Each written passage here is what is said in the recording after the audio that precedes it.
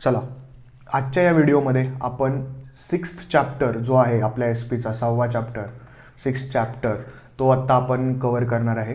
Basically या चॅप्टरमध्ये काय मित्रांनो की या चॅप्टरमध्ये फक्त आणि फक्त तुम्हाला लेटर्स बनवण्यासाठी हा चॅप्टर आहे. पण हा चॅप्टर जो शिकतोय ना आपण त्याच्या आधी एक कन्सेप्ट लक्षात घ्या, कारण की बऱ्याच मुलांना लेटर्समध्ये प्रॉब्लेम होते, कारण लेटर्सचे त्यांच्याकडे काही शॉर्ट ट्रिक्स वगैरे काहीच नसतात, त्याच्यामुळे त्यांना प्रॉब्लेम येतो. बाळांनो, 3 टाईपचे लेटर्स तुम्हाला आहेत तुमच्या पूर्ण एस पीच्या चॅप्टरमध्ये. त्यामधला आज आपण फक्त 6th चॅप्टरबद्दल डिस्कस करणार आहे या व्हिडिओमध्ये. 6th चॅप्टरमधला एक टाईप आहे, असं समजा एक लेटरचा एक टाईप आहे की लेटर आपल्याला कुणाला लिहायचं आहे.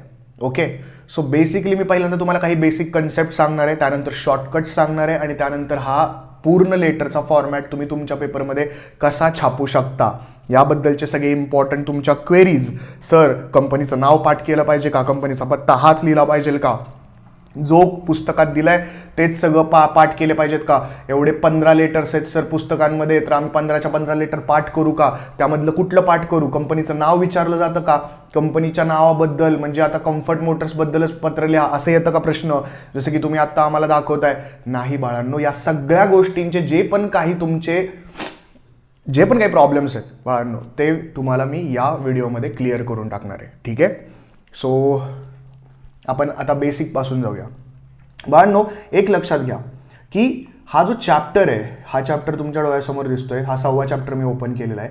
ह्या चॅप्टरचं नाव काय?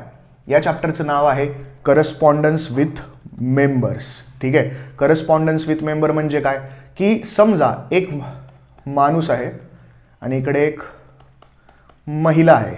ठीक आहे, आता या माणसाला या महिलेशी संवाद साधायचा आहे. ठीक आहे, तर हा संवाद कसा साधणार? तुम्ही म्हणाल व्हॉट्सअप. ठीक आहे, नाही बाळांनो. ठीक आहे, कंपनी क्षेत्रामध्ये आता हा माणूस ही एक कंपनी आहे बाळांनो, असं समजा. कॉर्पोरेट लेवलला असं नाही चालत. हा एक माणूस म्हणजे कंपनी आहे आणि ही जी महिला आहे ही कोण आहे तर मेंबर आहे, त्या कंपनीची मेंबर म्हणजेच कोण आहे, शेअर होल्डर आहे. तर आता आपल्याला तुम्हाला असं विचार करायचं की कंपनी ज्यावेळेस शेअर होल्डरशी संवाद साधते त्यावेळेस ती लेटर कशी लिहिणार, ही एक सायकॉलॉजी लक्षात ठेवायची. ठीक आहे, म्हणजे तुम्हाला कोणाच्या पॉईंट ऑफ व्ह्यूने लेटर लिहायचं, या महिलेच्या पॉईंट ऑफ व्ह्यूने का नाही, लिहितंय कोण लेटर, कंपनी. ओके सर, मग आम्हाला एक क्वेश्चन पडलाय की कंपनी तर आर्टिफिशियल पर्सन आहे, कंपनीमधलं कोण व्यक्ती असतो, कोण लिहितो लेटर? चांगला प्रश्न आहे. कंपनीमधला कंपनी सेक्रेटरी CS हे पत्र लिहितो. ठीक आहे, त्याचं काम असतं पत्र लिहिणं आणि पत्र पाठवणं. चिठ्ठी बनवा आणि चिठ्ठी पाठवा, कबूतर जा जा जा कबूतर जा. ठीक आहे, सो आता हे जे आहे ना हे या शेअर होल्डरकडे येणार आहे ही चिठ्ठी. आता तो CS कशा पद्धतीने पत्र लिहिणार? आता तुमच्यासारख्या पोरांना जर सांगितलं पत्र लिहायला तर तुम्ही काय म्हणणार की हा कशी आहेस, काय आहेस, XYZ सगळं काय, तुम्ही चिठ्ठ्या कशा लिहितात असं तसं. आजकाल तर ते रफची भाषा वगैरे बरंच काही फालतूपणा येतो. सो मुद्दा काय की मुद्दा हा आहे की तुम्ही as a professional as a CS आहात आणि तुम्ही एक मस्त लेटर लिहिताय. कुणाला लिहिताय लेटर? तर एका शेअर होल्डरला. तर कशाबद्दल लेटर लिहायचंय सर, कोणत्या कारणांबद्दल लेटर लिहायचंय? त्यालाच म्हणतात बाळांनो त्या लेटरचा सब्जेक्ट. कारण कोणत्या कारणाने चिठ्ठी पाठवलीस तू हिला, याला म्हणतात सब्जेक्ट बाळांनो. ठीक आहे, सो आता आपण आहे ना डिस्कस करूया एक डिटेलमध्ये, एक शॉर्टकटमध्ये की भाईसाहेब कसं करायचं प्रिपेअर, याच्यासाठी कोणत्या कोणत्या कन्सेप्ट आहेत, काय लॉजिकली आपल्याला शिकावं लागेल, कशा पद्धतीने याचा फॉर्मॅट काय आम्हाला रटायचा आहे का, ते आता आपण बघूया. डायरेक्ट मुद्द्यावर फोकस करूया. चला, मेन मुद्दा इथे काय असतं एक प्रकारे लक्षात ठेवा. हे एक तुमचं ही जी रेड बॉर्डर दिसते का, हे जे तुम्हाला पाठ्यपुस्तकानेच दिलेली आहे ती रेड बॉर्डर, हां ही जी आहे ना हे एक प्रकारे पेज आहे समजा. ठीक आहे, तुम्हाला आता काय करायचं आहे, एक प्रकारे मी सांगतो तसं करायचं. एका कंपनीचं नाव लक्षात ठेवायचं. सर, कंपनीचं नाव लक्षात ठेवू, कोणत्या कंपनीचं नाव लक्षात ठेवू, कम्फर्ट मोटर्सचं ठेवू का? अजिबात नाही, हे मॅन्डेटरी नसतं बाळांनो. हे तुम्ही कोणत्या पण कंपनीचं नाव लक्षात ठेवू शकता. मेन आपल्याला स्ट्रक्चर फॉर्मॅट लक्षात ठेवायचं आहे. मध्यभागी आपण काय लिहिणार आहे, कंपनीचं नाव. ठीक आहे, त्यानंतर खाली काय लिहिणार आहे बाळांनो, आपण कंपनीचा ॲड्रेस. ठीक आहे सर, एखादा ॲड्रेस कंपनीचा आम्ही मग काय गुगलवरनं शोधू का? आता मी जर इथं टाटा मोटर्स लिमिटेड लिहिलं तर मग गुगलवरनं पुण्याचा रजिस्टर्ड ऑफिसचा ॲड्रेस पाठ करू का सर? मूर्ख आहात तुम्ही. ठीक आहे, रजिस्टर्ड ऑफिस तुम्ही कोणताही टाकू शकता. रजिस्टर्ड ऑफिस हे तुम्ही कोणता पण एखादा तुमच्या घरचा पत्ता टाका बाळांनो, ठीक आहे. फक्त जरा ते असं प्रोफेशनल वाटलं पाहिजे. आता इथे जर तुम्ही पुणे वापरताय, आता याच्यामध्ये काय इम्पॉर्टंट गोष्ट आहे, कुठे लॉजिक लावायचे हे पण मी तुम्हाला सांगणार आहे. एका कंपनीचं नाव लक्षात ठेवायचं. सपोज मी लक्षात ठेवलं पेपरसाठी टाटा मोटर्स लिमिटेड, ठीक आहे. रजिस्टर्ड ऑफिस, एखादा पत्ता मी छापला, काही नाही मला सुचला तर मी माझ्या घरचा पत्ता लिहिला, ठीक आहे. त्यानंतर पुणेचा तुम्ही जिथे राहता, तुम्ही जिथं पत्त्यांमध्ये रोड टाकलेला आहे तिथला एखादा पिनकोड टाकून द्यायचा. मस्त. सर याच्यानंतर काय, याच्यानंतर इथेच इम्पॉर्टंट गोष्ट आहे बाळांनो, हे आहे CIN. CIN म्हणजे काय बाळांनो, CIN म्हणजे company identification number. Company identification number याच्यामध्ये ना आपल्याला एक डोकं लावायचं आहे. बरीच मुलं 1 2 3 4 5 6 7 8 9 10 काही लिहून टाकतात. अरे बाळांनो, कंपनी आयडेंटिफिकेशन नंबरचं पण एक लॉजिक असतं. पहिल्यांदा हे जे यू दिसतंय ना, हे दर्शवतं कंपनी लिस्टेड आहे का अनलिस्टेड आहे, ठीक आहे. सो इथे यूज लिहा, ठीक आहे. आणि त्या यूला पकडून 6 अंकी नंबर लिहायचे आपल्याला. म्हणजे काय सर, जर समजा यूला मी वगळलं तर 5 आकडे लिहायचे, पण यूला पकडून हे किती अंक व्हायला पाहिजेत, 6. म्हणजे यूला जर मी अंक कन्सिडर केलं तर एकूण 6 डिजिट इथे असायला हवे. आणि इथं MH म्हणजे आपला, इथं जर तुम्ही पुणे टाकलं असेल बाळांनो, तर इथे महाराष्ट्रात आहे पुणे, मग महाराष्ट्राचा स्टेट कोड इथे टाकायचा. आणि सर हे काय, हे बर्थडे आहे का तुमचा, नाही बाळांनो, बर्थ इयर नाही आहे, ही कंपनी इनकॉर्पोरेशनचा इयर आहे. सो हे जे 2000 आहे ना, हे साल आहे, हे साल दर्शवतं. सो एकदम सिंपल रूल आहे. CIN टाकायचा 6, कारण की चॅप्टरचा नंबर आहे 6. MH स्टेट कोड आहे. इथं तुमचं किंवा तुमच्या मैत्रिणीचं किंवा मित्रांचं बर्थ इयर टाकून द्या. आणि इथं PCL काय आहे सर, ही कंपनी लिमिटेड आहे, लिमिटेड बाय शेअर्स आहे, ते कंपनीचा टाईप काय त्याच्याबद्दल हे PCL असतं. तुम्ही ही PCL कॉपी करू शकता. आणि इकडे पण किती आहेत टोटल डिजिट, 6. म्हणजे इथे पण 6, इथे पण 6, PCL सोडून आणि इथं यू पकडून, ठीक आहे. सो असं लक्षात ठेवायचं. MH हे बर्थ इयर तर काय लक्षात राहतेच. ओके. सो आता हा मुद्दा सर आमचा पूर्णपणे क्लिअर झालेला आहे, ठीक आहे. हे आम्ही कसंही बनवू शकतो. सर इकडे काय करायचं, इकडे कसं लक्षात ठेवायचं पेपरसाठी, इकडे लक्षात ठेवायचं वेड म्हणजे WE आणि D. W बोले तो वेबसाइट, E बोले तो ईमेल, D बोले तो डेट. खत्म. यहाँ पे आएगा वेड और यहाँ पे आएगा PFR. PFR म्हणजे काय बाळांनो, फोन नंबर, फॅक्स आणि रेफरन्स नंबर. हे असं शॉर्टकट लक्षात ठेवायचे. एक मध्यभागी ॲड्रेस, इकडे वेड आणि इकडे PFR. P म्हणजे फोन नंबर, F म्हणजे फॅक्स नंबर, R म्हणजे रेफरन्स नंबर. सर इथे काय, याच्यासाठी काय लॉजिक आहे, काही नाही बाळांनो. इथे रेफरन्स नंबर तुम्ही काही टाकू शकता, ठीक आहे. आता सर हा जो इकडे ॲड्रेस लिहायचा असतो, तो ॲड्रेस कुणाचा लिहायचा असतो, हा ॲड्रेस ज्याला पत्र तुम्ही पाठवताय त्याचा लिहायचा असतो. सर पेपरमध्ये हा ॲड्रेस दिलेला असतो का, अजिबात दिलेला नसतो. तुम्ही मनाने एखाद्याचा ॲड्रेस टाकू शकता, मनाने एखाद्याचं नाव टाकू शकता. मी ज्यावेळेस 12वीचा पेपर लिहित होतो त्यावेळेस मी इथं मस्तपैकी माझ्या क्रशचं नाव लिहिलं होतं आणि तिचा पत्ता लिहिला होता.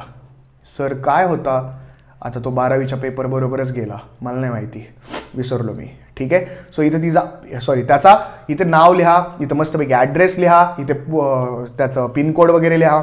सर आता आम्हाला तुम्ही पूर्णपणे निम्म लेटर कसं लिहायचं विदाऊट न बघता हे शिकवलेलं आहे, ठीक आहे. आमच्या डोक्यात आता बसलंय, मध्यभागी ॲड्रेस लिहिणार, इकडे वेड लिहिणार, इकडे PFR लिहिणार आणि इकडे क्रशचं नाव लिहिणार आणि तिचा ॲड्रेस लिहिणार, जो आम्ही आयुष्यभरामध्ये या 12वीच्या पूर्ण वर्षामध्ये तोच पाठ केलेला आहे.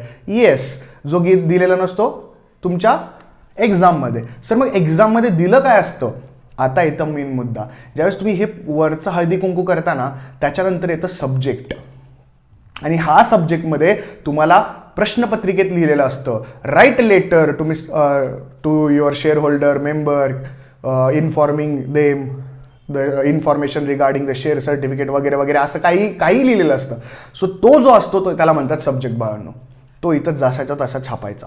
इश्यू ऑफ शेअर सर्टिफिकेट, त्याचा मुद्दा इथं होता, इश्यू ऑफ शेअर सर्टिफिकेट आपण लिहिला, ठीक आहे. सर आता त्याच्यानंतर पुढे काय, त्याच्यानंतर पुढे एकदम सिम्पल आहे आणि थोडंसं हार्ड आहे. आता यालाच हार्डला आपल्याला सोपं बनवायचं. इथंपर्यंत काय इश्यू नाही आहे असं मला तर वाटतं लेटरमध्ये. इथंपर्यंत काहीही इश्यू नाही आहे. कुठंपर्यंत, इथंपर्यंत. Okay good. सर इथे काय, डिअर सर हे पाठ करायचं का, अरे बाळा तू जर जयंतला लिहिलं तर सर लिहिशील, तू जर जयंतीला लिहिलं असेल, जयंतीला काय, तू जर वैशालीला लिहिलं असेल, रुपालीला लिहिलं असेल, हेमा, सुषमा जया और जाऊ दे कॉपीराईट पडेल. सो तिथं डिअर मॅडम लिहायचं बाळांनो. ठीक आहे, ते जेंडर तुम्ही आता तेवढं मला शिकवायला लावू नका. ठीक आहे, आता इथे मेन मुद्दा सर हे काय, हे याच्यामध्ये आपण लिहितोय का पत्र बाळांनो. तुम्ही ॲज अ कंपनी सेक्रेटरी आहात बरोबर.